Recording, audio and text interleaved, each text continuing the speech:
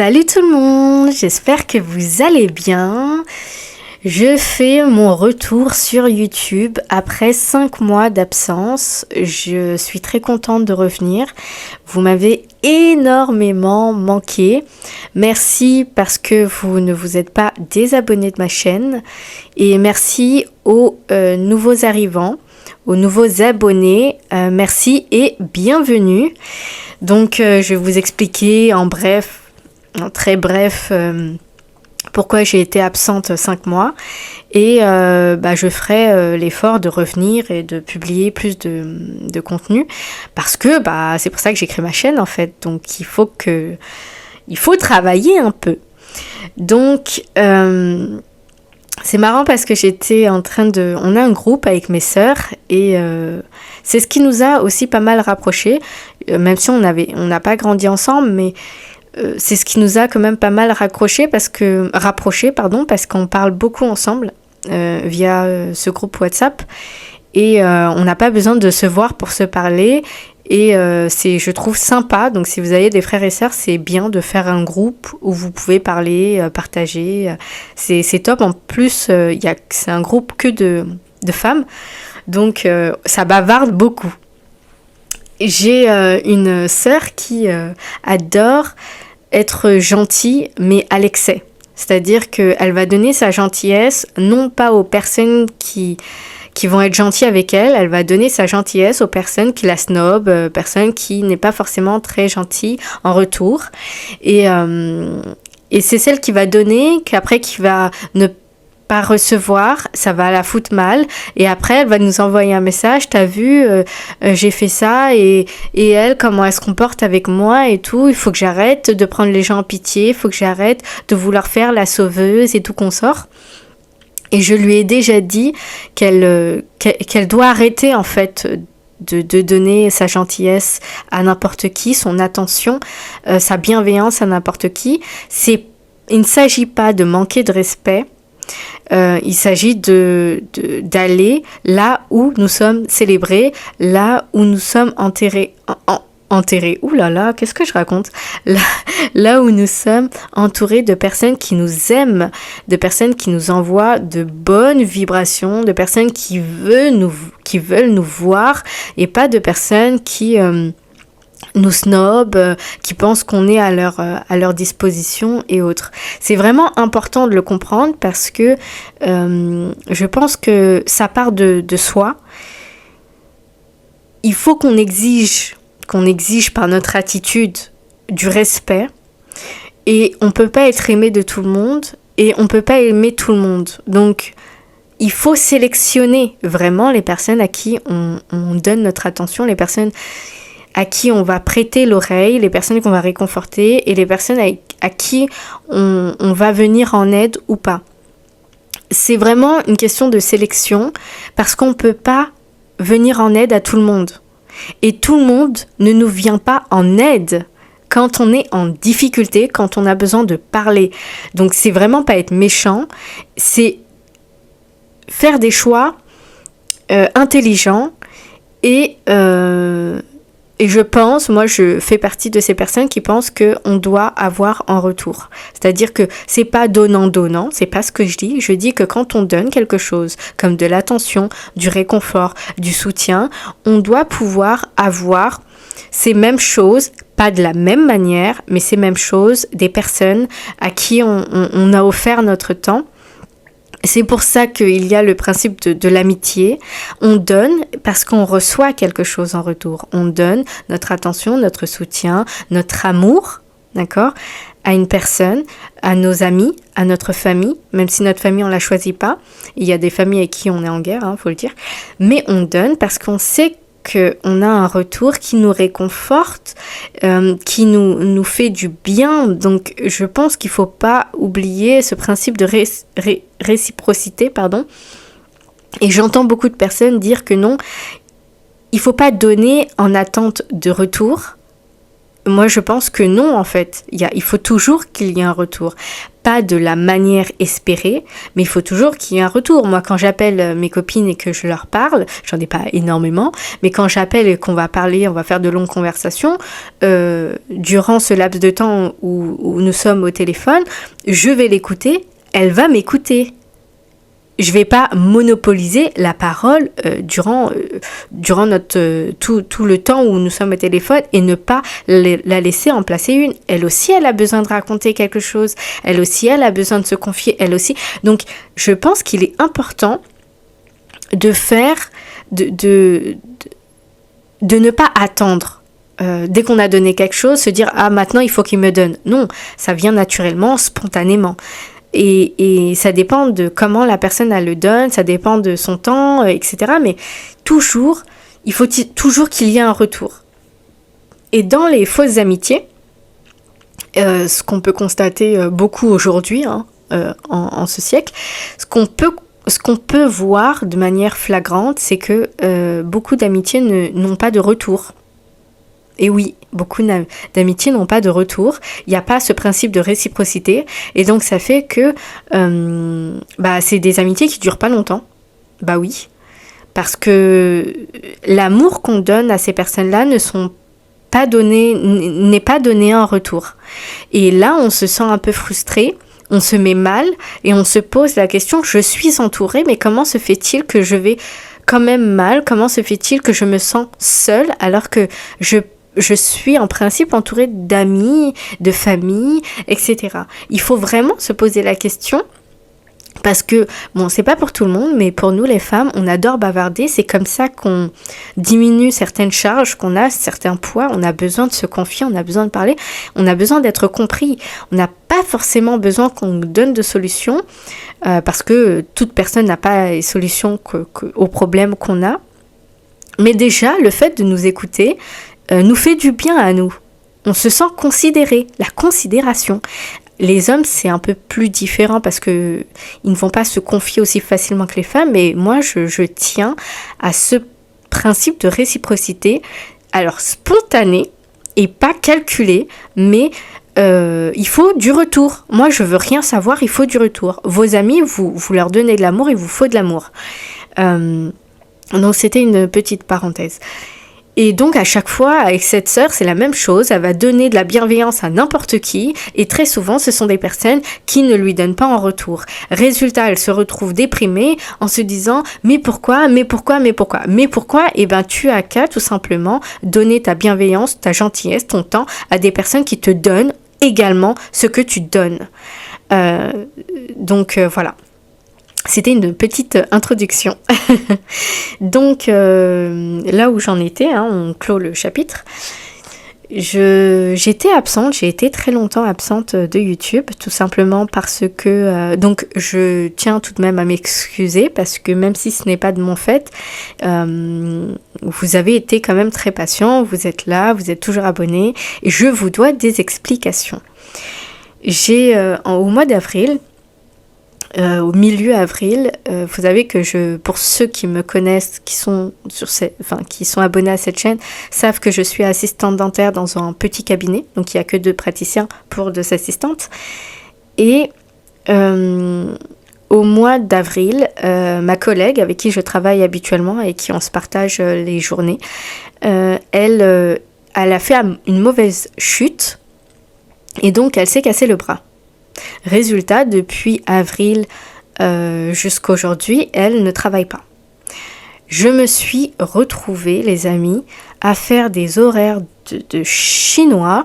Alors, excusez-moi pour les Chinois, c'est juste une façon de parler, je vous respecte les Chinois. Mais c'est une façon de dire que vraiment, j'ai donné de mon temps et je me suis posé la question, mais ma vie va-t-elle avancer ? Ma vie a-t-elle de l'importance ? Pourquoi je vous dis ça ? Parce que durant ce laps de temps où j'ai fait ce remplacement, donc j'ai dû faire, mon contrat de base, c'est du temps partiel. Ça a été un choix de ma part parce que je voulais reprendre mes études. Je veux reprendre mes études à côté. Mon objectif, c'est pas de rester assistant dentaire.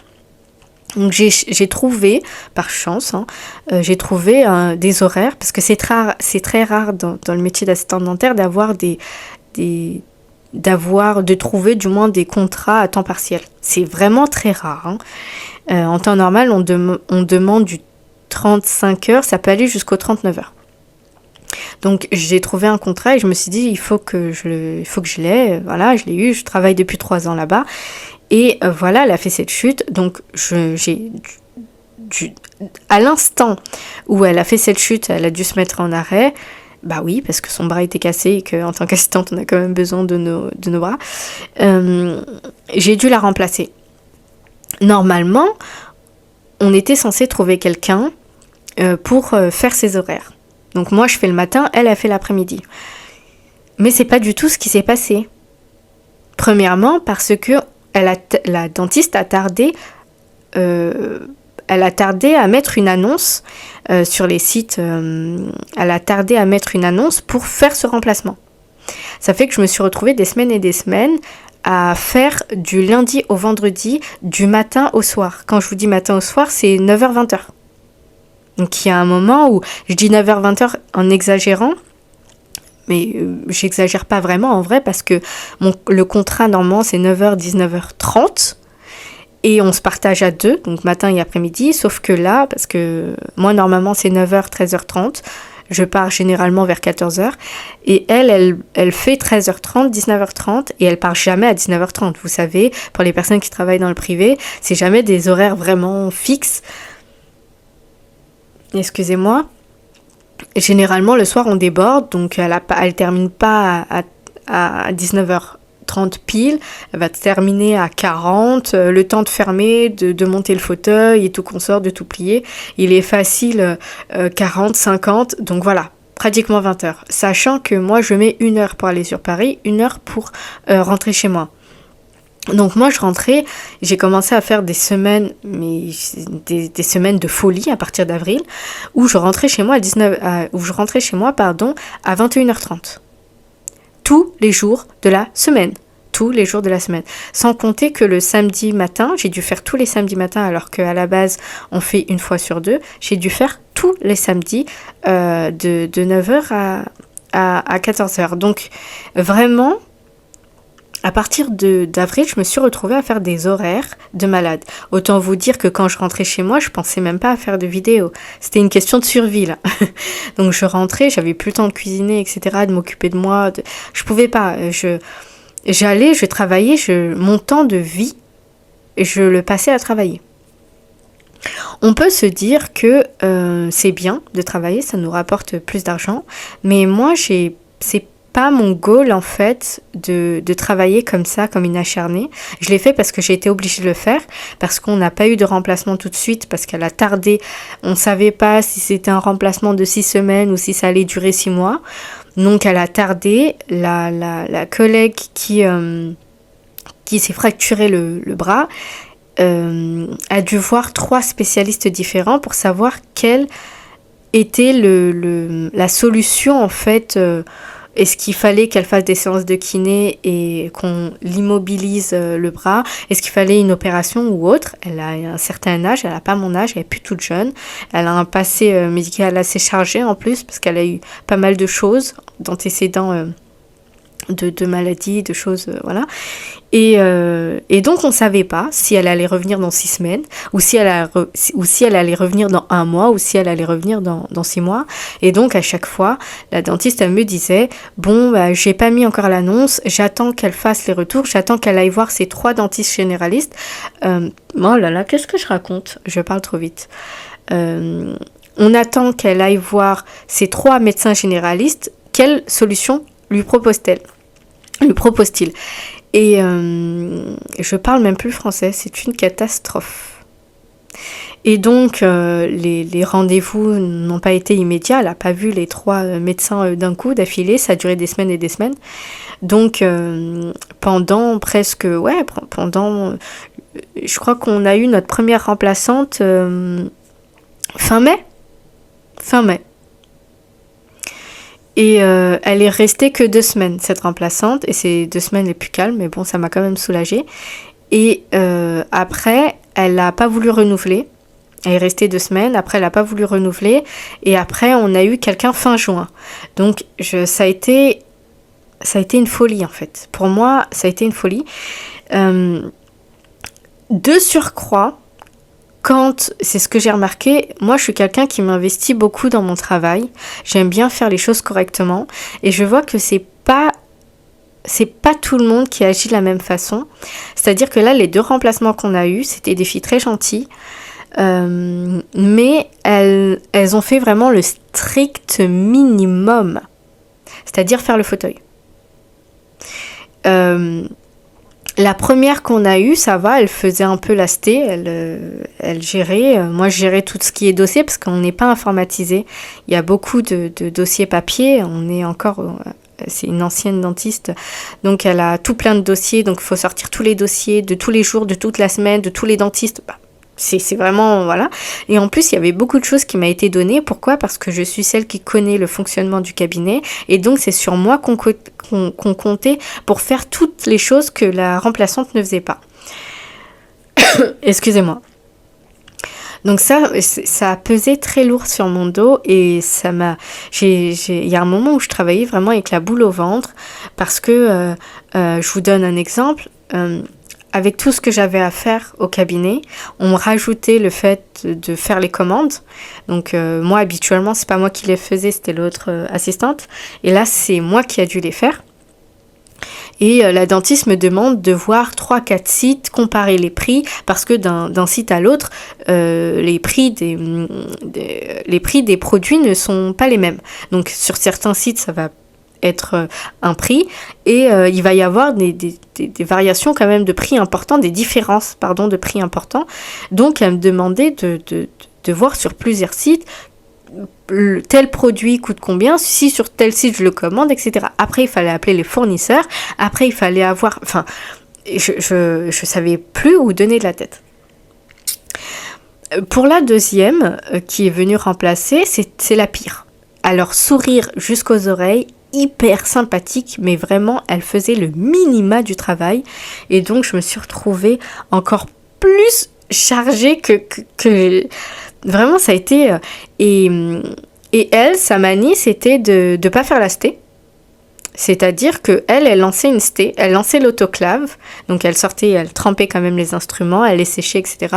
Et elle attendait 19h pour lancer tout dans l'autoclave. L'autoclave, c'est une grosse machine, comme un four, où on fait cuire les instruments pour les stériliser. Et donc, elle me laissait toute la sté de toute l'après-midi, de 13h30 à 19h30. Donc, tous les patients, sachant qu'on prend des patients toutes les 30 minutes et qu'il y a 2 dentistes l'après-midi. Donc j'avais des plateaux d'instruments, mais phénoménal, remplis. Donc, moi, j'arrivais le matin à 9h. J'ai 1 heure pour ouvrir tous les cabinets. Je me retrouve avec une montagne de sté à faire toute seule. Tous les patients qui appellent parce qu'ils veulent des rendez-vous tout de suite, etc. Je vous dis même pas ma tête comment elle était. Donc j'ai été très contente fin juillet d'apprendre que d'apprendre que la collègue qui est en arrêt revient. Elle a souhaité revenir et j'ai été très contente parce que voilà, le travail va être de nouveau dispatché et ça va me soulager en fait. Donc c'est pour cela que j'ai pas fait de contenu durant ces mois parce que je ne pouvais pas tout simplement.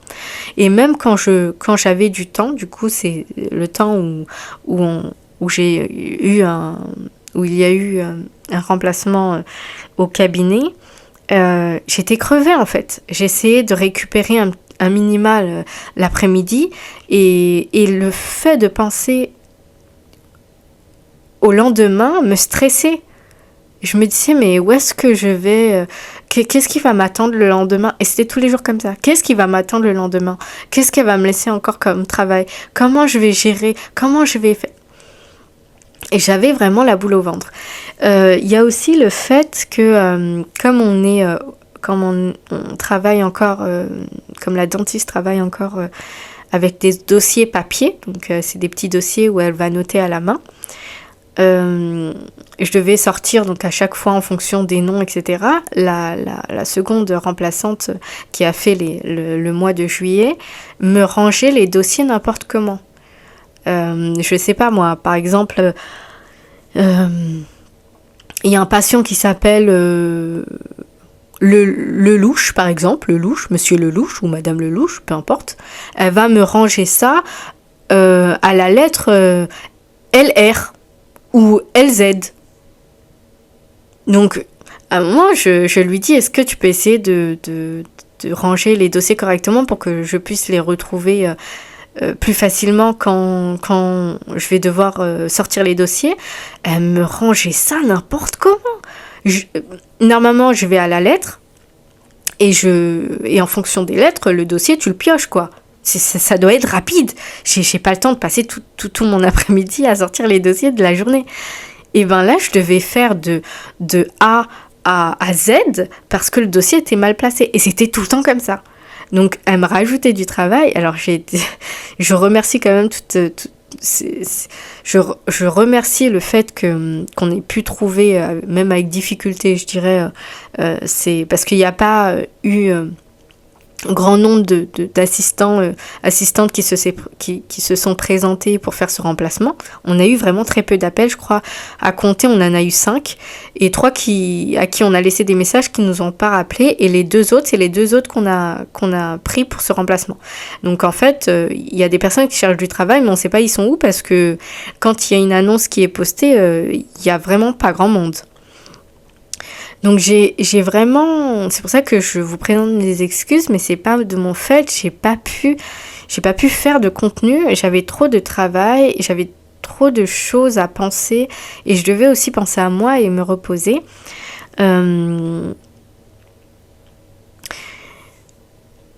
je suis en train de vous parler et je me dis, Sophia, t'as pas à te plaindre parce que justement, il y a des gens qui travaillent, il y a des gens qui essayent il y a des gens qui cherchent du travail, un CDI et autres, et toi, tu as du travail, tu es payé, tu as été payé pour ton travail.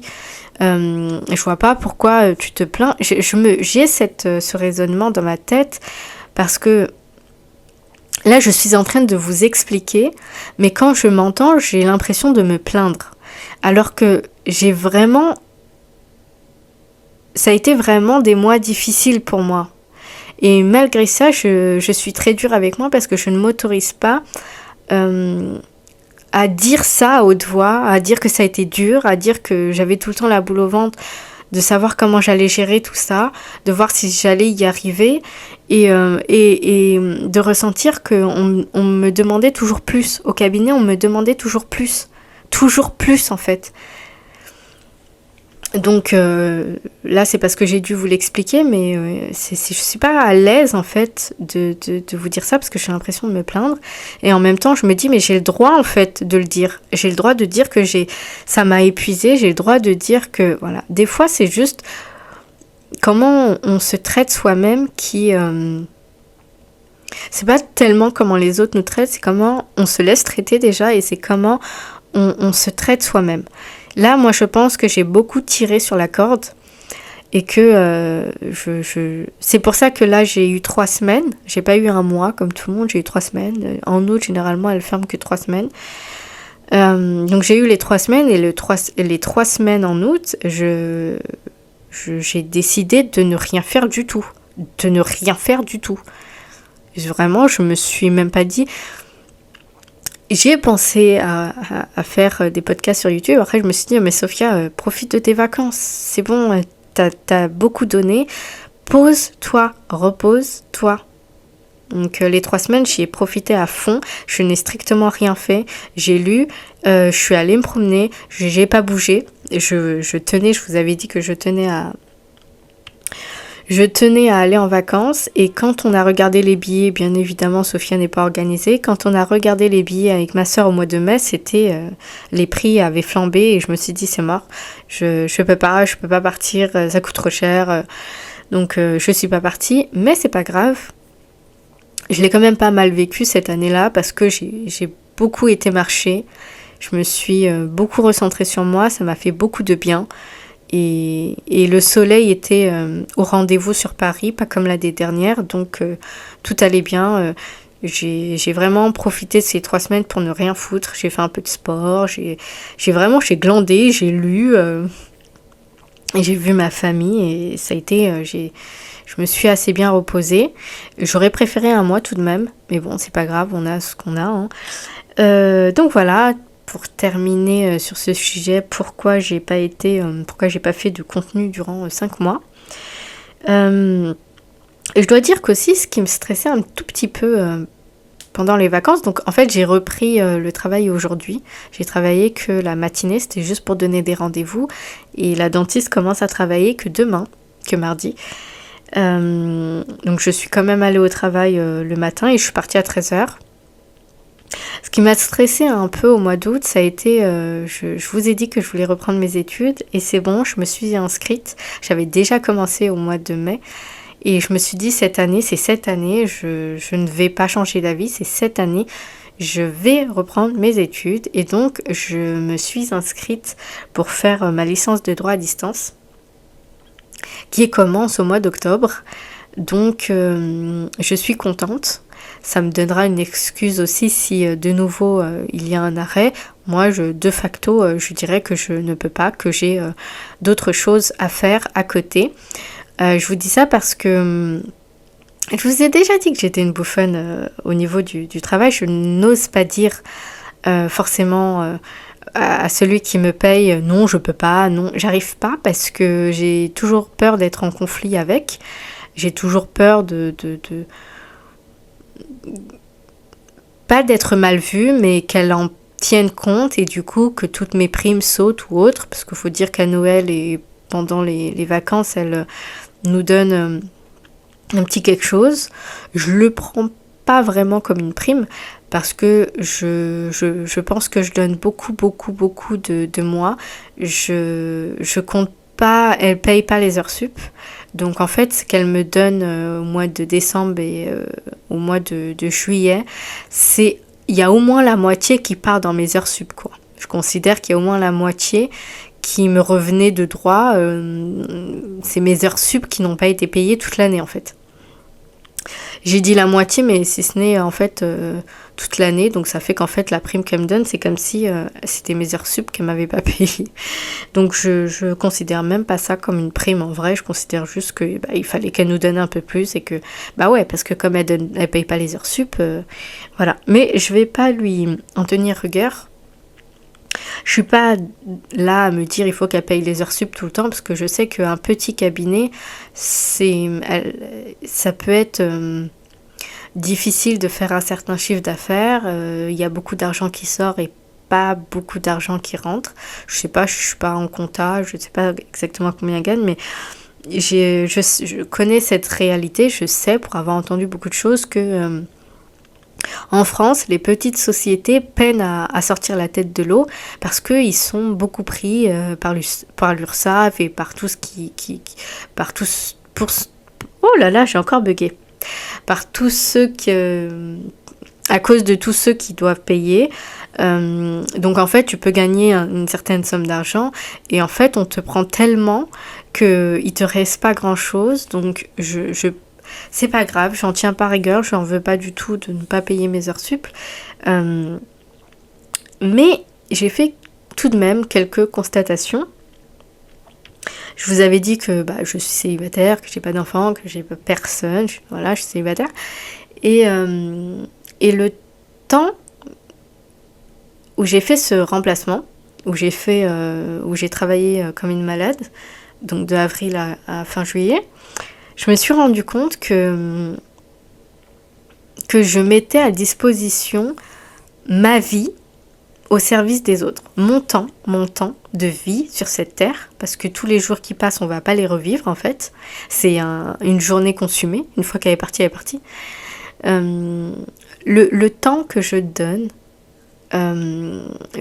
donne, à travailler, c'est du temps que je ne peux pas profiter de ma vie. C'est du temps où je ne peux pas faire de rencontres. C'est du temps où je ne peux pas réfléchir à quelle tournure, quel objectif j'ai envie d'accomplir. C'est du temps où je ne peux pas penser à mes projets personnels, ma vie que je suis encore en train de construire parce que je n'ai que 29 ans. Donc c'est du temps que je mets à disposition d'autrui et c'est du temps que finalement, donc je construis le patrimoine des autres et je ne construis pas ma vie. J'ai personne en visu, j'ai même pas quelqu'un avec qui je flirte, j'ai même pas, enfin, j'arrive à la trentaine, on peut écouter, on peut entendre un peu partout qu'une femme arrivant à la trentaine diminue en termes de fertilité. Ça me fait peur. Je vais pas y penser tout le temps, mais je sais que c'est une réalité, qu'on est beaucoup moins fertile que quand on est dans notre vingtaine, que j'approche de la trentaine, hein, j'y suis à un pas. Et donc ce temps où j'ai passé à travailler comme une forcenée, c'est effectivement du temps où j'ai gagné un peu plus, mais c'est du temps où moi j'ai pas construit ma vie. Et ça, moi, ça m'a beaucoup fait de la peine, parce que quand je rentrais chez moi le soir, je me disais, mais il y a personne qui m'attend, il y a personne à qui... excusez-moi, il y a personne à qui je dois aller faire un petit bisou ou lire une histoire pour dormir, mes enfants. Il y a pas un mari qui m'attend. Moi, quand je rentre chez moi le soir, j'ai les lumières allumées, je dois me chauffer de la bouffe et Enfin, c'est vraiment une vie, c'est vraiment une période où c'était tristounet. Je vivais pour travailler, après je rentrais chez moi, je dormais et j'ouvrais les yeux pour aller de nouveau travailler. Et là, je me suis dit, c'est pas quelque chose que j'ai envie de faire toute ma vie, que je ne comprends pas aujourd'hui. Alors chacun pense et fait ce qu'il veut, mais je ne prône pas le business woman, les femmes qui veulent avoir leur business, travailler jusqu'à je ne sais quelle heure, etc. Moi, c'est vrai que mes envies sont assez basiques finalement. Je veux juste mon mari et mes enfants. Je veux pouvoir les élever, leur donner de l'amour, les soutenir. Je vais faire des choses avec eux. J'ai pas ambition à être une carriériste. J'ai ambition d'avoir ma propre chaîne de radio ou ma propre émission et tout, parce que je veux, c'est ma contribution, c'est ce que j'aime faire. J'aimerais bien faire des lives, discuter avec d'autres personnes, etc. Donc ça, c'est quelque chose que j'ai en tête et que je mettrai en place, je ne sais pas quand. Mais j'ai pas vocation à travailler dans une grande entreprise ou monter une grande entreprise, avoir 40 personnes comme employés. C'est vraiment pas mon ambition. Et avec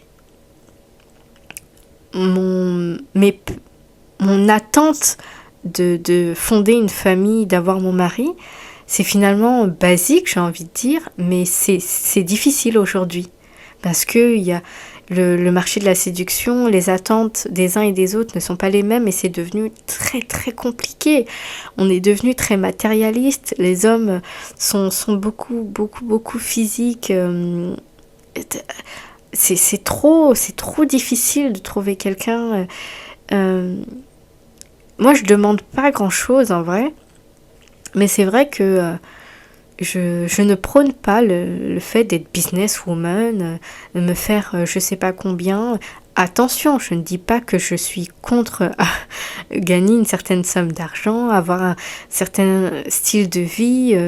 C'est pas du tout ce que je dis. Et ce que je dis, c'est que je me vois pas travailler, faire des horaires comme ça de 9h à 19h30. Pour quelqu'un, c'est-à-dire que si je fais ces horaires-là, c'est à mon compte, c'est pour moi. Et même comme ça, j'ai toujours mis en avant le fait que mais je suis obligée de mettre un temps pour ma famille à moi, mettre un temps à disposition pour faire des choses, des activités, des choses toutes banales avec ma famille. C'est du temps de qualité, parce que dans les 5 langages de l'amour, je suis beaucoup temps de qualité. J'ai beaucoup besoin de ce temps de qualité. On va passer du temps à faire certaines choses, pas forcément des choses extraordinaires, mais passer un petit moment ou sortir de l'école, aller chercher à l'école, des trucs, mais qui sont finalement pour moi, je trouve complètement basiques, qui sont pas des choses grandioses, mais pourtant c'est difficile à obtenir aujourd'hui. Donc aujourd'hui, chacun fait ce qu'il veut. J'aimerais mettre ma famille pas à l'abri parce que c'est complètement pas mon rôle, hein, je dois le dire. Moi, je suis la femme, Mais je veux quand même que ma famille ait un certain confort, qu'on puisse par exemple aller en vacances ou autre. Des choses qui, des années avant, étaient basiques, étaient banales, qui étaient la base. Et en fait, aujourd'hui, c'est hyper compliqué parce que la femme, elle veut toujours être à l'extérieur de chez elle, parce que l'homme, il préfère aller se branler sur le porno, plutôt que de se compliquer à essayer de comprendre sa femme. Donc aujourd'hui, c'est hyper compliqué de trouver quelqu'un. Je dis pas que c'est que les gens. Le problème ne vient pas que des gens à l'extérieur, ça vient aussi de nous, de notre peur de se faire avoir et tout. Moi, je le dis, hein, je suis pas ouverte à tout le monde. Il y a des choses que je ne fais pas, il y a des choses que je n'accepte pas. Et il y a des choses, par exemple comme la tromperie, où le discours de certaines femmes va être autre chose. Les hommes n'ont pas pour vocation d'être avec une seule femme toute leur vie. Je suis désolée, à un moment c'est un engagement. Donc c'est toi, et on choisit la personne qui a à peu près la même vision, les mêmes valeurs que toi, qui prône la même chose, qui a à peu près les mêmes attentes. Aujourd'hui, c'est très difficile de trouver un homme qui veut juste une famille et mettre sa famille à l'abri. Aujourd'hui, demander un homme fidèle, en fait, c'est tellement facile de tromper. On s'inscrit sur un site de rencontre ou ne serait-ce qu'on installe Snapchat et on voit comment ça a été créé, pourquoi ça a été créé. Les intentions ne sont pas bonnes, donc il y a une vraie volonté de détruire une belle relation qui peut se créer entre un homme et une femme. Aujourd'hui, c'est compliqué et on est vraiment attaqué pour ça. Donc voilà. Mais ça m'a bien fait comprendre que je ne veux pas être cette femme carriériste ou autre. Je trouve ça pas intéressant. Après, je respecte, hein. Toute personne fait ce qu'il veut de sa vie. Mais moi, ça a conforté dans mon idée que je ne veux pas faire ça.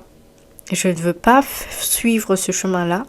Je reprends mes études parce que j'ai besoin de me challenger. C'est une affaire avec moi-même. J'ai besoin de me confronter à la difficulté pour arrêter d'avoir un piètre regard sur moi-même. Parce que je considère que depuis que je suis sur cette terre, j'ai toujours fait des choix de facilité, des choix qui étaient pas où je devais pas me confronter à la difficulté, où j'étais pas il n'y avait pas vraiment de challenge. Et donc c'est maintenant à l'approche des 30 ans où j'ai besoin de me challenger, j'ai besoin de faire quelque chose de difficile. Les études sont un bon moyen de me tester, tout simplement parce que c'est 3 ans une licence, donc c'est dans le temps que ça va être très très difficile. Est-ce que je vais tenir mentalement, est-ce que je vais tenir, est-ce que je vais m'encourager? Il va falloir que je prenne l'habitude de m'encourager, d'être stratégique, d'être organisée, d'être focus et de me dire je peux y arriver. Il n'y a rien qui... c'est pas des études, des cours que je ne peux pas surmonter. Donc il y a des gens qui y arrivent, je peux y arriver. Et je pense qu'après... C'est le chemin, c'est pas tant le diplôme, c'est le chemin, c'est les épreuves que je vais surmonter quand je vais me dire ouh là là là là, je comprends pas cette notion, il va falloir que je travaille plus et autres. Et je sais que je vais sortir grandi de cette expérience. Je sais que le regard sur moi-même va changer. Dès lors que j'aurai traversé tellement de difficultés, je pense que les études, c'est du courage. Toutes les personnes qui ont fait des études, je pense que c'est du courage. Quand tu dois rester chez toi à essayer de comprendre un cours alors que tu n'en as rien à foutre de ce cours, tu veux juste une bonne note, c'est du courage. Il va falloir que tu te motives. Donc, aujourd'hui, j'ai besoin de me challenger, j'ai besoin de changer le regard que j'ai sur moi-même et c'est ce challenge que je me suis imposé. Vous faites ce que vous voulez, mais sachez que rester dans la facilité, ce n'est pas bien. Parce que vous en sortez pas grandi, parce que vous n'arrivez pas à vous adapter, parce que vous n'arrivez pas à...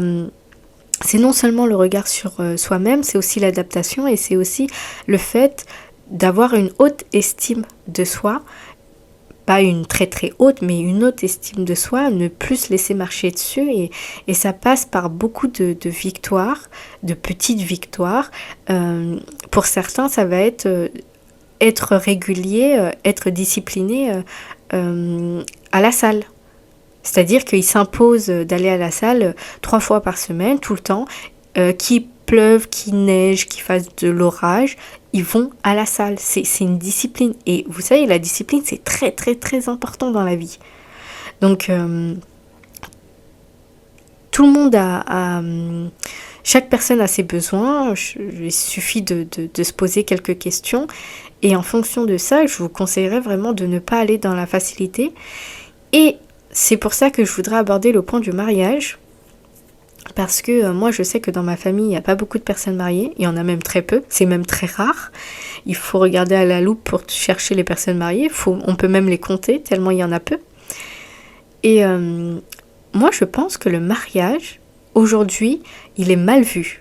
Il est mal vu parce que quelques personnes, enfin beaucoup de personnes, il n'y a pas quelques personnes, il y a beaucoup de personnes qui se marient pour les mauvaises raisons.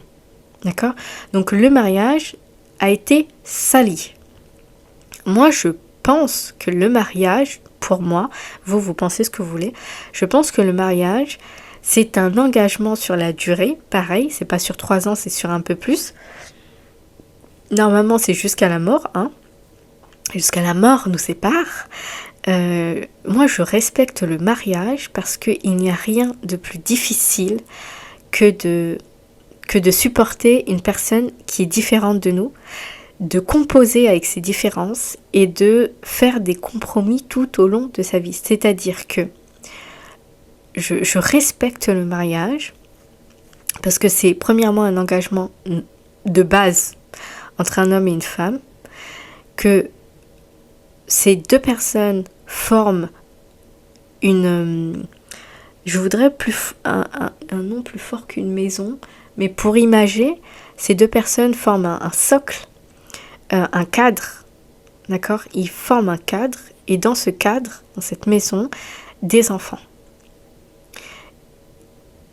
Et je pense que ce qui va être dur dans le mariage,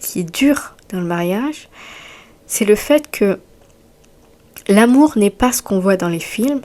L'amour, c'est se supporter. À partir du moment où on prend l'engagement de supporter la personne avec qui on se marie, dans ces moments les plus joyeux comme dans les moments les plus difficiles, j'appelle ça de l'amour. Des personnes qui ne se séparent pas dans la difficulté, moi j'appelle ça de l'amour.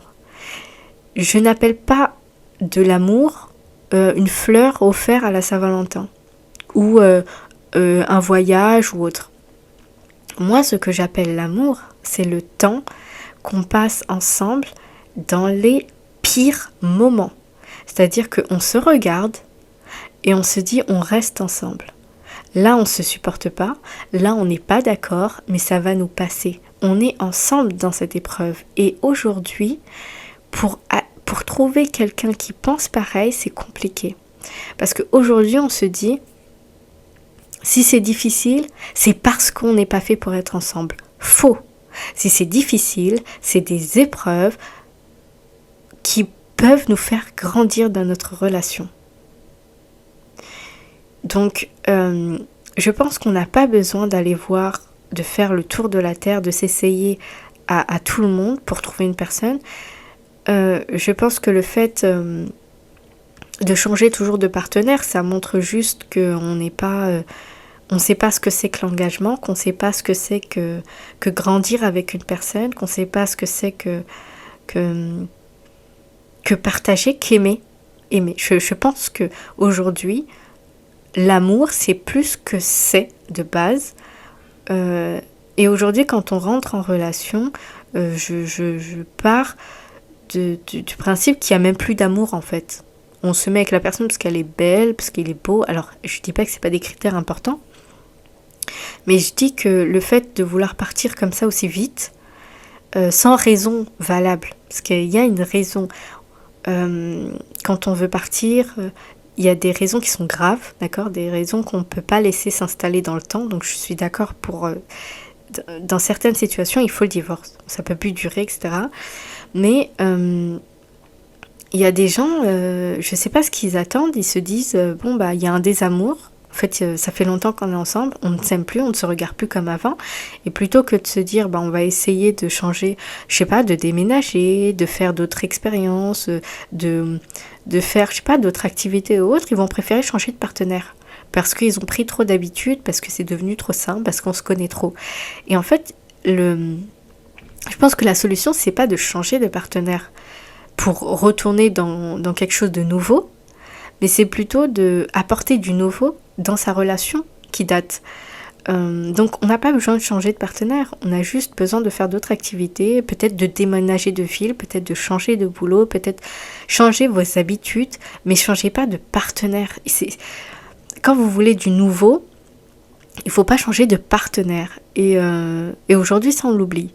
Il y a des gens qui veulent pas changer de partenaire, mais qui se trouvent des amants. Ça aussi, je comprends pas. Et comme je l'ai jamais, je l'ai pas vécu, j'ai pas été dans cette situation-là, je peux pas accuser ces personnes, je peux pas mal parler de ces personnes. Elles font ce qu'elles font, je ne connais pas leurs raisons et je ne vis pas leur situation pour les comprendre. Donc en fait, de facto, je pense que je ne les comprends pas, ces personnes-là qui prennent des amants alors qu'ils sont mariés. Mais je les diabolise pas non plus parce que je ne sais pas, justement, parce que je l'ai pas vécu. Mais quand il y a vraiment, on ne se surpasse pas en relation, les gens changent tout simplement de partenaire. Et en fait, à partir du moment où ça ne va plus, où ça fait trop longtemps, où on prend la personne pour acquis, notre vie, les habitudes, on va changer de partenaire jusqu'à toujours ce sentiment de renouveau. C'est ce nouveau, c'est ce départ, c'est ce on se connaît pas assez, c'est ce nouveau en fait, je sais pas comment l'appeler autrement, qui fait qu'on va changer de partenaire tout le temps. Parce que c'est nouveau, c'est bien, et à partir du moment où on connaît un peu trop la personne, à partir du moment où ça fait un peu trop longtemps, on va vouloir changer. Et en fait, c'est du fake, c'est du fictif, c'est de la surface, moi c'est pas ce que j'appelle de l'amour. Pour terminer, je conseillerais aux femmes, de mon expérience, j'ai 29 ans, j'ai pas vécu 60 ans sur cette terre, mais de mon peu d'expérience, je conseillerais aux femmes qui sont dans la vingtaine, ou des adolescentes, ou qui sont au début de vingtaine ou autre, n'accumulez pas les relations. Il y a quelque chose qu'on doit comprendre, c'est que dans la vingtaine, les filles veulent expérimenter ce que c'est qu'avoir une relation amoureuse avec quelqu'un, parce qu'on le voit dans les films, les filles sont en couple, etc. Donc les filles veulent très vite se mettre en relation, elles veulent essayer de se mettre en relation, de donner le meilleur d'elles, d'être en couple. En fait, c'est ce qui est fun, c'est être en couple à la vingtaine. Et les mecs à la vingtaine ne pensent pas pareil. À la vingtaine, les mecs, je veux pas généraliser, mais la majorité à la vingtaine, ils veulent s'amuser. C'est ce qui fait qu'à la vingtaine, quand vous avez la vingtaine, les filles vont sortir avec des garçons qui, eux, ne veulent pas se poser. Ils veulent se tester, ils veulent savoir ce que c'est que coucher, ils veulent savoir ce que c'est que leur pouvoir de séduction, et ainsi de suite. Ils ne sont pas dans le sérieux. Il y a encore des gens à la trentaine qui ne veulent pas tout de suite de relations sérieuses, mais ça c'est autre chose. Vraiment, là je parle pour les filles dans la vingtaine, n'accumulez pas de relations. Quand vous rentrez dans une relation, n'accumulez pas les partenaires en fait. Préservez-vous dans le sens où vous n'avez pas à ouvrir vos jambes tout le temps pour vous montrer comme si c'était une valeur. En gros, si j'ouvre mes jambes, c'est ce que j'ai à t'apporter. Vous avez beaucoup plus à apporter que ce que vous avez entre les jambes. Et de deux, pourquoi je vous dis de ne pas accumuler les relations ? Premièrement, parce que comme je vous ai dit, les jeunes à la vingtaine ne veulent pas de relations sérieuses. Ils sont en train de se tester, ils sont en train d'apprendre à se connaître. Donc ne tombez pas dans le piège. Vous pouvez sortir avec 1, 2 garçons, 3 garçons pour savoir ce que ça fait d'être en relation, d'avoir des peines de cœur, etc. Mais tout au long de votre vingtaine, les 10 ans là, donc je parle de la vingtaine, n'accumulez pas les relations. Pourquoi je vous dis ça ? Et j'en viens à mon point 2. Je me répète, excusez-moi, parce que arrivé à la fin de la vingtaine, début trentaine, vous allez avoir tellement le cœur brisé, vous allez traîner tellement de casseroles, qu'arrivé à la trentaine, vous allez être aigri. Qu'est-ce que j'appelle femmes aigries? C'est des femmes qui, parce qu'elles ont un nombre grandiose de relations pourries, où on se sent, où on s'est joué d'elle, où on l'a trompée, où on s'est foutu de sa gueule, arrivées à la trentaine, un, elles ne croient plus à l'amour, deux, elles ont un discours qui joue en leur défaveur. Ah, les mecs sont tous comme ça, ah, les mecs sont tous comme ci, ah, les mecs veulent juste coucher, ah, les mecs... Alors que c'est pas la réalité. La réalité, c'est que toutes les relations que vous avez eues durant votre vingtaine, il y a très peu qui étaient sérieuses, quasi pas. Il faut dire, il y a des gens où les relations sérieuses à la vingtaine, tout ce qu'elles ont eu, c'était du joke, c'était c'était du jeu, on était en train de savoir ce que c'était. Comme les prémices, vous savez, quand on est petit, on aime bien jouer à papa-maman. On aime bien imiter, en fait, jouer papa-maman, on a des enfants et tout. Donc vous êtes en train d'imiter pour pouvoir plus tard le faire, l'être, d'accord? Plus tard, vous allez être un papa et une maman. Là, dans la vingtaine, je considère que c'est pareil. On est en train de se tester pour savoir ce que ça fait que rentrer, que d'être dans une relation sérieuse. Donc il y a beaucoup de relations dans la vingtaine qui ne sont pas des vraies relations, qui sont des relations où on apprend à se connaître, on essaie de composer avec l'autre, on est des petits amis, des petits copains, on se fait des petits bisous, etc. Bon, parfois on couche ensemble, etc. Mais on se connaît pas, on sait pas ce qu'on veut, on sait pas ce qu'on vaut. Donc c'est du test. À la vingtaine, c'est encore beaucoup de tests. Donc pour les filles, ne prenez pas vraiment au sérieux les garçons de la vingtaine. Je dis pas de vous foutre de leur gueule, c'est pas ce que je vous dis. Je vous dis, ne prenez pas au sérieux jusqu'à donner votre âme à ces garçons-là parce qu'ils ne se connaissent pas. Et arrivé à la trentaine, vous allez avoir un discours parce que vous traînez trop de casseroles. Non, mais moi, on se fout toujours de ma gueule. Non, mais moi, on me prend pas pour ma juste valeur. Non, mais moi, on n'arrive pas à voir ma beauté. Non, mais moi, on se joue toujours de moi, etc., etc. Ce discours que vous avez, c'est basé sur des relations qui n'étaient pas des vraies relations. C'est des relations où vous étiez en train d'apprendre à vous connaître autant vous que l'autre. C'est-à-dire qu'un jeune qui rentre en relation, je vous dis, un garçon dans la vingtaine, il veut juste faire touche pipi. Il veut pas de vraies relations avec des vraies responsabilités. Dans la vingtaine, les garçons, ils fuient ces responsabilités. Ils sont en train de faire semblant qu'ils veulent. Donc, il y a un degré d'investissement où, par exemple, on se sent prêt à être en relation avec une personne des mois ou parfois des années, mais pas avoir un enfant et à prendre certaines responsabilités. Parce que ça fait trop sérieux, ça fait trop adulte. Ils sont pas prêts. Donc, ils vont se contenter d'être en relation et de faire des mois et des années. Mais ils sont encore en train d'apprendre à se connaître. Donc, les filles, soyez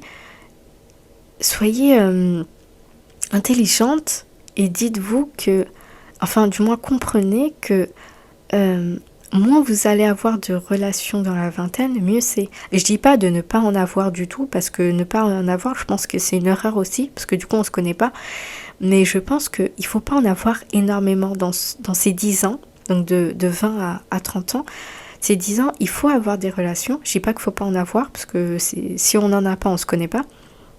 Mais je dis que ne prenez pas trop au sérieux, ne donnez pas tout. Et n'ayez pas un grand nombre de partenaires. Genre, chaque fois, ça va être des relations de un jour, de un mois, d'une semaine, et je vais en avoir je sais pas combien. C'est trop pour vous. Vous allez trop vous attacher. On est encore à fleur de peau quand on est à la vingtaine. Ça va être trop pour vous, trop pour votre petit cœur. Et vous allez arriver à la trentaine avec un discours de merde. Et les hommes que vous allez rencontrer vers la trentaine qui vont vouloir se poser, qui ont arrêté de jouer, c'est pas tous les hommes, attention, les hommes que vous allez possiblement rencontrer qui c'est bon, ils ont terminé de jouer durant leur vingtaine, maintenant ils ont envie de quelque chose d'un peu sérieux avec peut-être un enfant et tout. Si vous venez avec ce discours de ouais, moi on m'a fait que de me tromper, moi on fait que de se jouer de moi, etc., etc., le mec il va se dire vas-y, je vais rien faire avec elle, c'est pas la peine son discours, etc.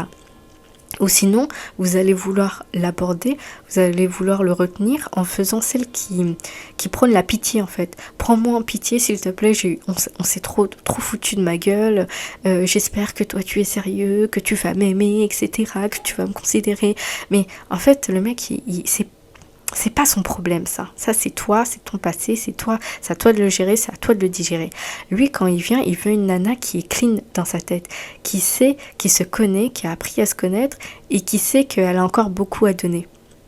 Pas une fille qui arrive à la trentaine avec ce mindset de moi je suis trop fatiguée, moi je peux plus de l'amour, moi de toute façon j'y crois même plus. Vous voyez, ce genre de discours, je vous assure, ça met de mauvaises vibrations et en plus les potentielles relations potentielles personnes que vous pouvez trouver sur votre chemin qui peut-être sont aussi à la recherche, sans le dire à haute voix, qui veulent une relation vraie, une relation où ils vont vraiment vouloir s'investir, c'est ce que j'appelle une relation vraie, quelqu'un qui s'investit. Si vous venez avec ce discours, zéro. La relation, elle n'a même pas débuté que vous êtes mis de côté. On va vouloir une fille sympa qui n'est pas trop... Les hommes, ils n'aiment pas les filles tristes, en fait. Ça, il faut le savoir. Donc, n'accumulez pas. N'ayez pas un grand nombre de relations et surtout, prenez ça, les choses à la légère. Prenez les choses à la légère et dites-vous que à la trentaine, c'est pas... vous n'êtes pas périmé, vous n'êtes pas... vos relations précédentes ne vous définissent pas. Alors, je dis ça, ça dépend de... Je vais nuancer parce que ça dépend de l'histoire de chacun.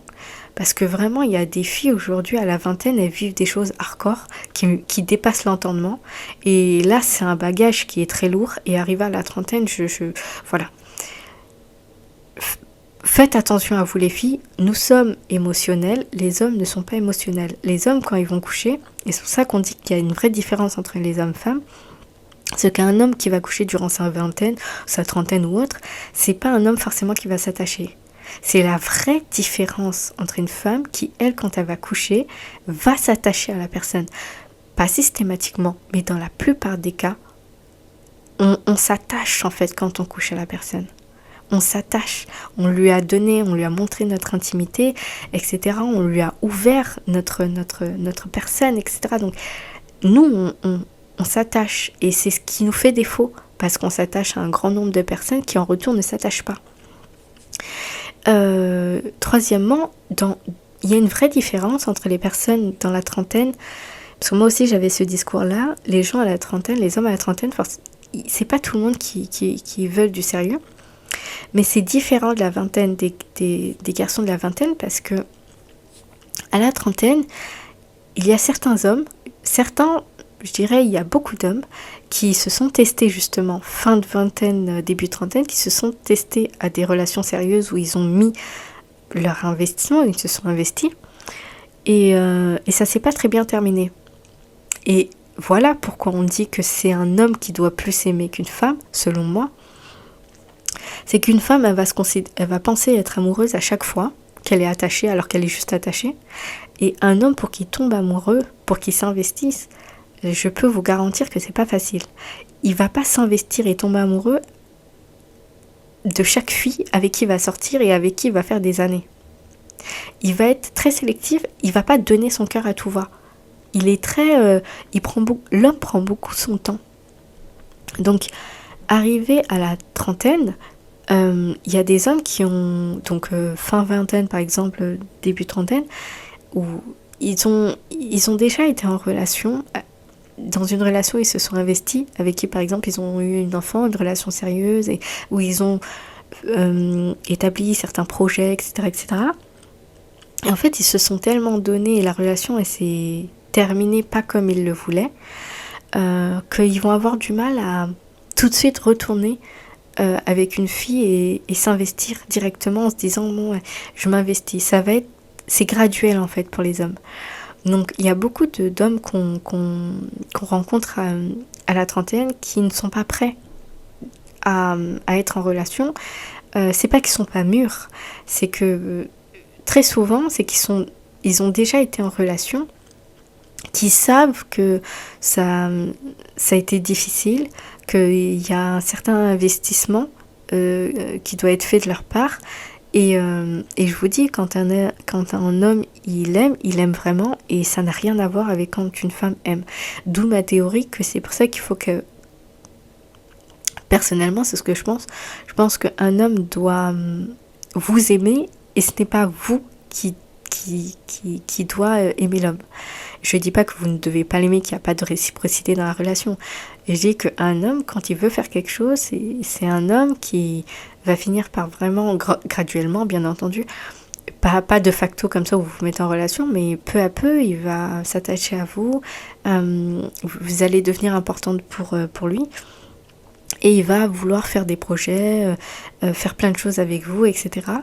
Et quand un homme est dans une relation, il est dans cette relation, il va avoir beaucoup de mal à se détacher de cette femme. Ce qui est différent des femmes. Nous, les femmes, parfois, on se dit amoureuse. Moi, je pense personnellement que une femme amoureuse, c'est pas objectif, parce que je pense qu'on confond beaucoup avec l'attachement. On peut avoir beaucoup d'attachement. Ça va pas nous empêcher de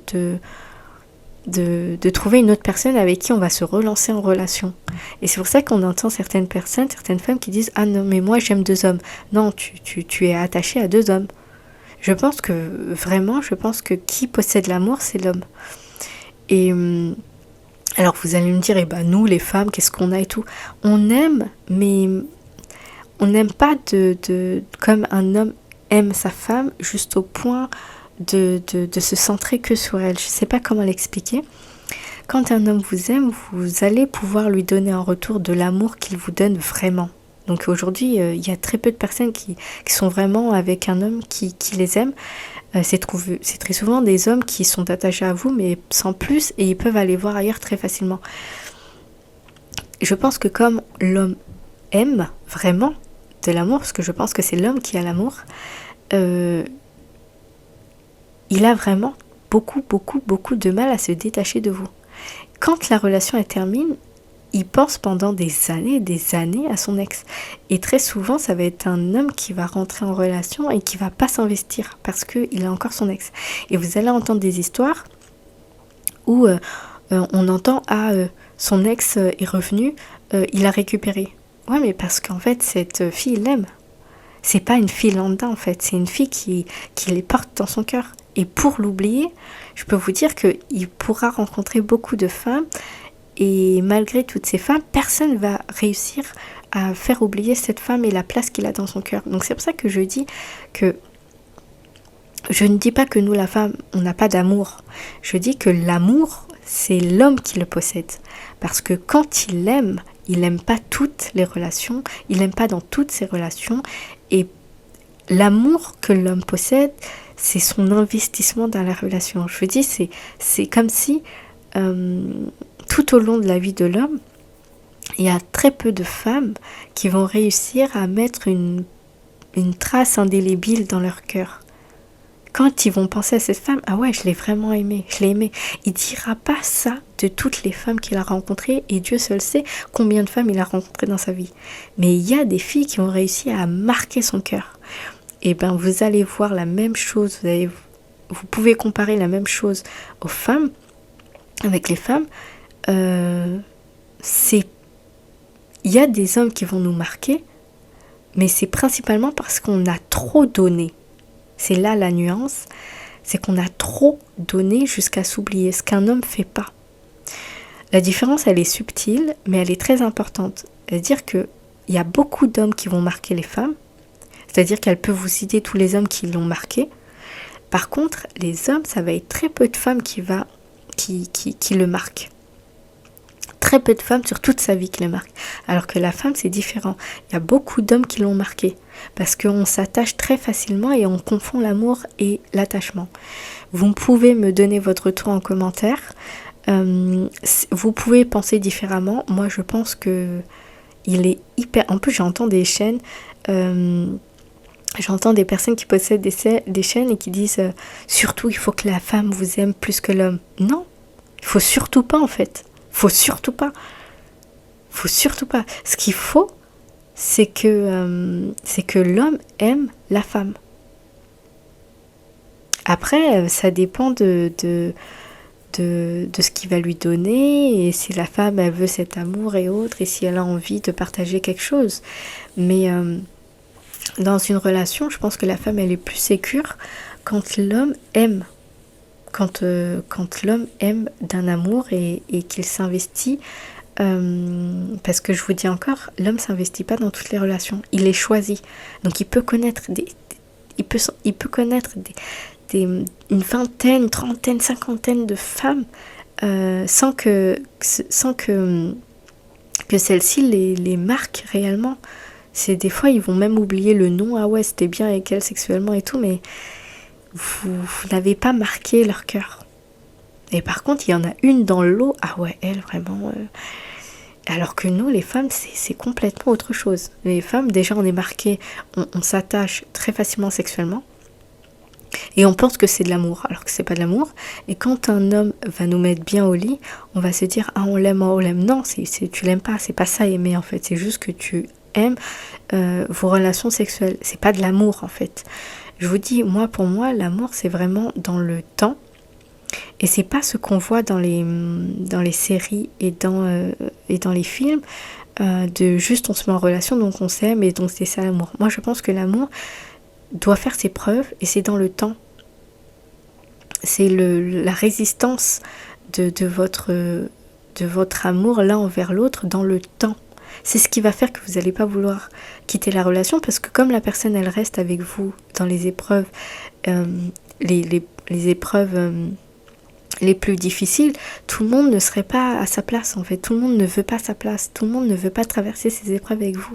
Donc aujourd'hui, si vous trouvez une personne, c'est mon avis, aujourd'hui si vous trouvez une personne qui arrive à traverser des épreuves difficiles, d'où l'importance qu'il faut trouver une personne qui s'investisse, si vous trouvez une personne prête à s'investir avec vous dans le temps, avec qui vous allez traverser des épreuves, plus la difficulté de l'épreuve va être, et plus ça montre que vous êtes importante à ses yeux. Et c'est pas à vous de rendre la relation compliquée. La vie va vous envoyer des difficultés. Est-ce que la personne a envie encore de rester? Est-ce que la personne a encore envie de traverser ces épreuves? Est-ce que la personne a envie de rester là? C'est dur. La personne a envie de partir, mais c'est pas possible de partir. Elle a envie de rester là, elle a envie de traverser cette épreuve. Je vais vous donner un exemple pour terminer. J'ai écouté sur une chaîne un homme qui disait que il s'était mis avec une personne, une femme, et cette femme, au cours de la relation, elle lui a annoncé qu'elle avait une récidive de cancer. Cette femme, elle avait 28 ans. D'accord, récidive de cancer et par contre elle a omis de lui dire qu'elle était en stade terminal et face à cette difficulté, par exemple, face à cette épreuve, c'est pas tous les hommes qui va s'engager avec une femme atteinte d'un cancer. C'est pas tous les hommes. Il y a des hommes, c'est trop dur pour eux, c'est trop lourd, c'est trop difficile. Et lui, il est passé au-dessus, il a dit non mais moi je reste, moi je t'aime, donc ils ont vécu ce qu'ils avaient à vivre et il s'est marié avec elle. Et c'est bien après qu'il a compris qu'en fait elle était en stade terminal, etc. Mais il aurait pu ne pas se marier et se dire bon bah ça vaut pas le coup de se marier, on peut juste être ensemble, profiter, non, il l'a mariée. Il y a combien qui prendraient leurs jambes à leur cou et qui partiraient? Il y a combien? Donc, il faut faire une vraie sélection, je pense, et ne pas donner son temps, son attention, son amour à tout le monde. Et quand vous vous engagez à une personne, et surtout, l'amour, c'est pas ce qu'on pense. Pour moi, l'amour, c'est pas ce qu'on ressent. L'amour, c'est quand on reste dans une relation et qu'on fait du temps ensemble et qu'on traverse pas mal de choses. Et même quand on a envie de partir, on reste. Pour moi, c'est ça l'amour. C'est pas se taper n'importe qui, n'importe comment et se faire émoustiller en chaque début de relation et dès qu'elle perd saveur, on change de relation. Ça, c'est de la consommation, c'est rien de plus. Là-dedans, il n'y a pas d'amour. Même quand on parle de passionnel, c'est très généralement, c'est sexuel. Et faut faire attention pour les femmes parce que nous, sexuel, c'est ce qui nous prend. Les relations sexuelles, c'est ce qui nous perd. On n'est pas faite pour avoir plein de personnes à qui ça a donné ouvrir ses jambes, etc. Bon, vous me direz aujourd'hui avec les idées qui sont prônées, beaucoup de personnes est perdues. Moi, je respecte les idées de personnes, c'est pas mon corps, votre corps, c'est pas mon corps, mais en tout cas, pour vous, pour votre âme, pour votre bien-être, ouvrez pas vos jambes n'importe comment, accumulez pas les relations, ne les collectionnez pas, ça ne sert à rien. Vous investissez pas énormément en relation à votre vingtaine, vous êtes en mode test, vous êtes en mode essai. Et par contre, faites attention à quand vous savez que vous êtes dans une relation qui a été qui vous a beaucoup impacté, prenez le temps en fait de vous recentrer sur vous, prenez le temps tranquille, vous n'êtes pas obligé de sauter dans une autre relation. Et je dirais également pour terminer que quand vous avez, du moins, essayez d'être vrai avec vous-même, essayez d'être vrai avec vous-même et de voir les problèmes que vous avez, parce que je pense que toutes ces femmes qui sautent de relation en relation ont un problème avec elles-mêmes. Ont un problème, alors je sais pas, ça peut être l'enfant, ça peut être le fait qu'elles n'ont pas trouvé d'attache, ça peut être le fait qu'elles n'ont pas d'estime d'elles-mêmes et autres. Je ne sais pas.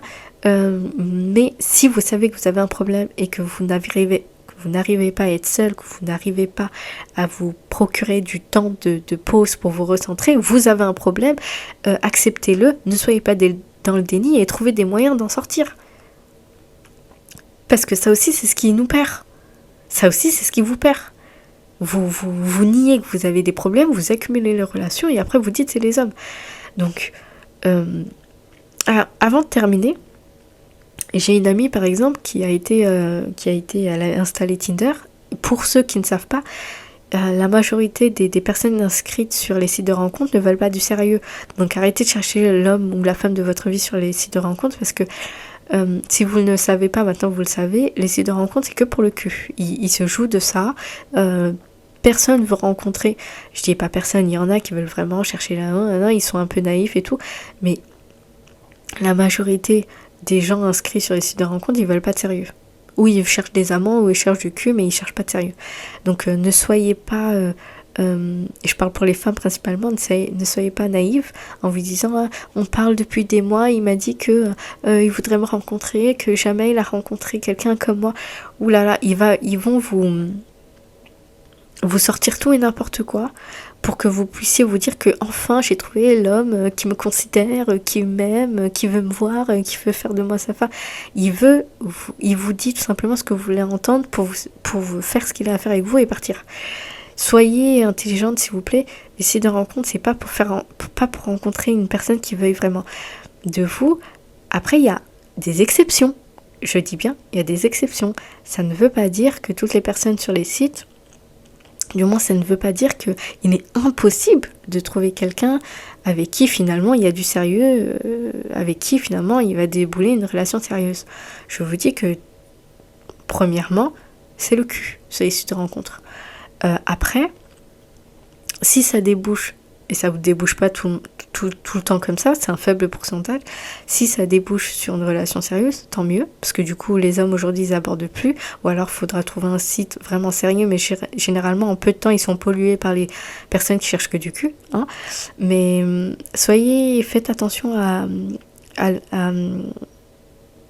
faites attention à quand vous prêtez l'oreille, parce que aujourd'hui, en 2022, ils sont capables de dire tout et n'importe quoi pour obtenir ce qu'ils veulent de vous. Ce que je voulais dire, c'est que, et je vais terminer vraiment avec ça, sinon ça va être trop long.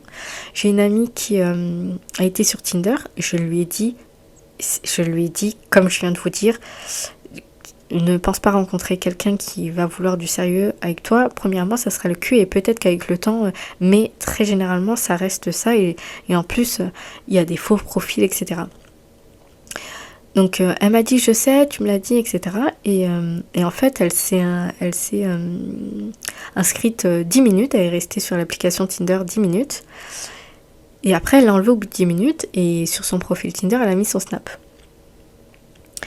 Quand elle a vu sur ses photos que le monsieur avait plein d'enfants, elle lui a dit moi je veux pas d'homme avec enfants, chacun fait ses choix, je respecte tout le monde.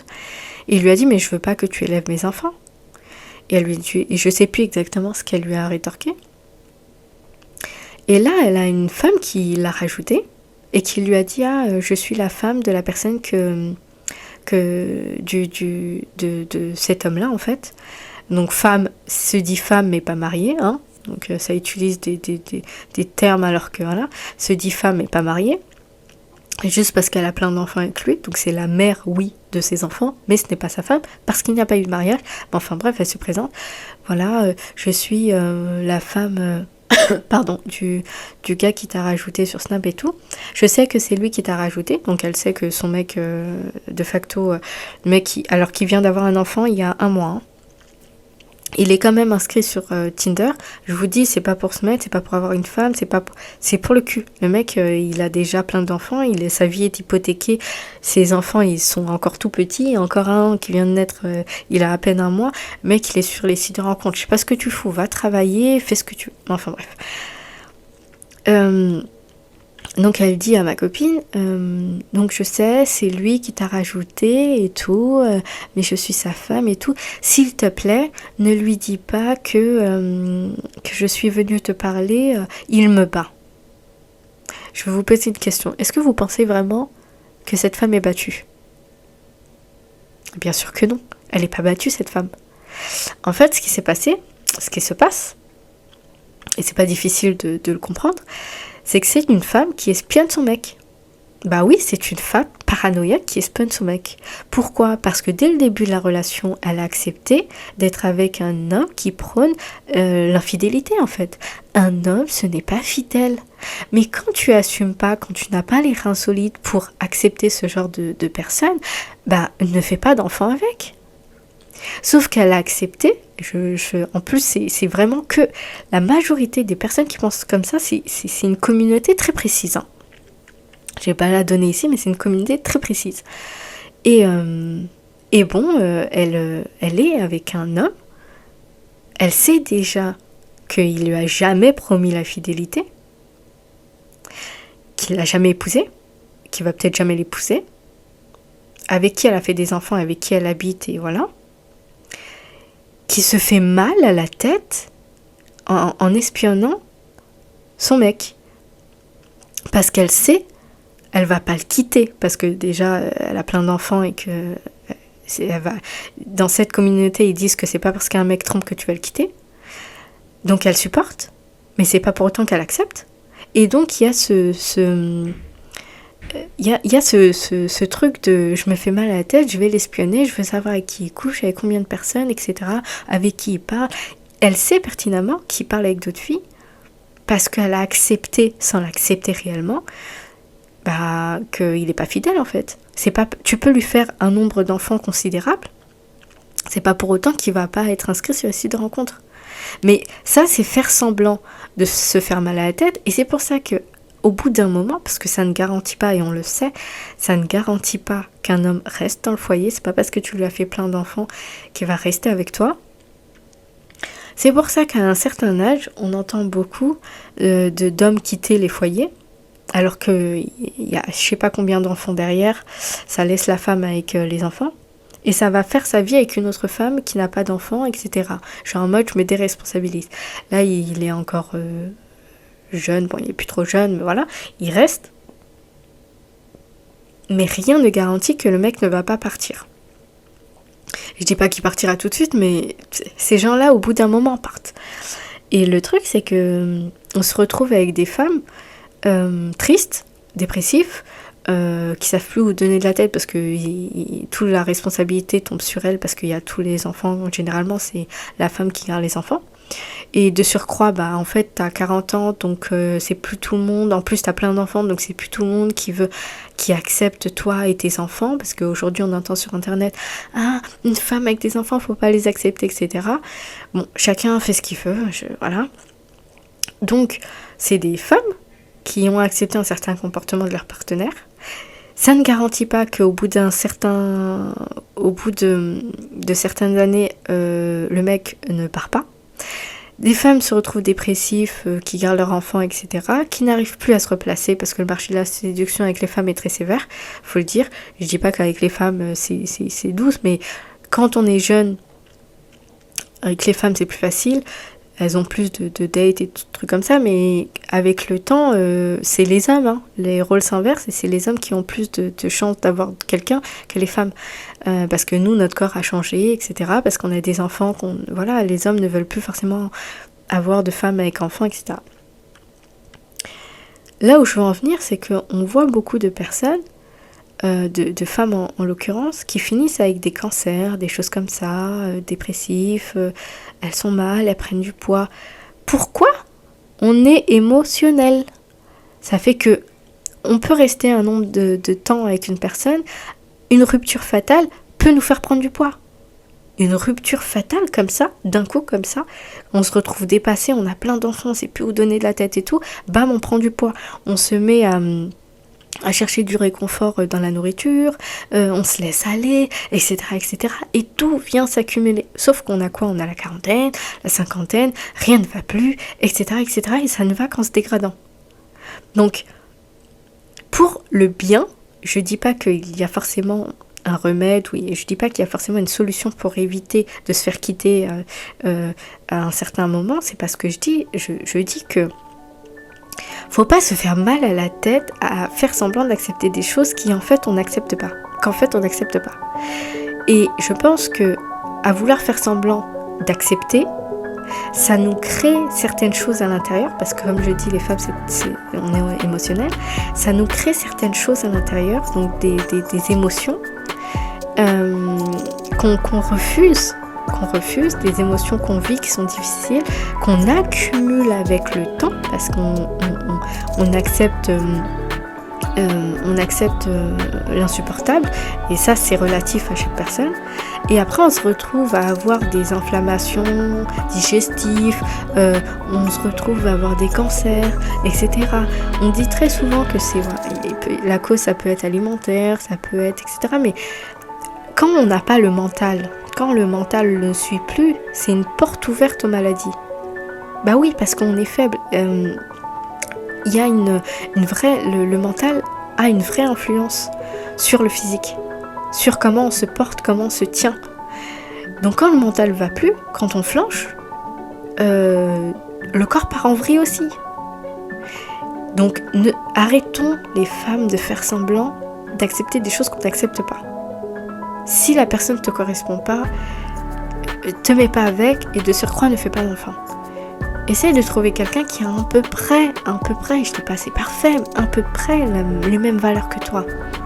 Au moins, ça ne garantit pas de ne pas être quitté, mais au moins, tu as des chances d'aller beaucoup mieux que ces femmes qui font semblant d'accepter des choses qu'elles n'acceptent pas, et sur la durée vont accumuler des choses, des émotions et tout plein de choses, qui va faire que la chute va être beaucoup plus brutale.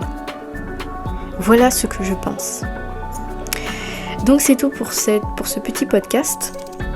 J'espère qu'il n'est pas très long, je ne sais pas ça fait combien de temps que je parle. Je vous fais de gros bisous, prenez soin de vous et à demain. Gros bisous.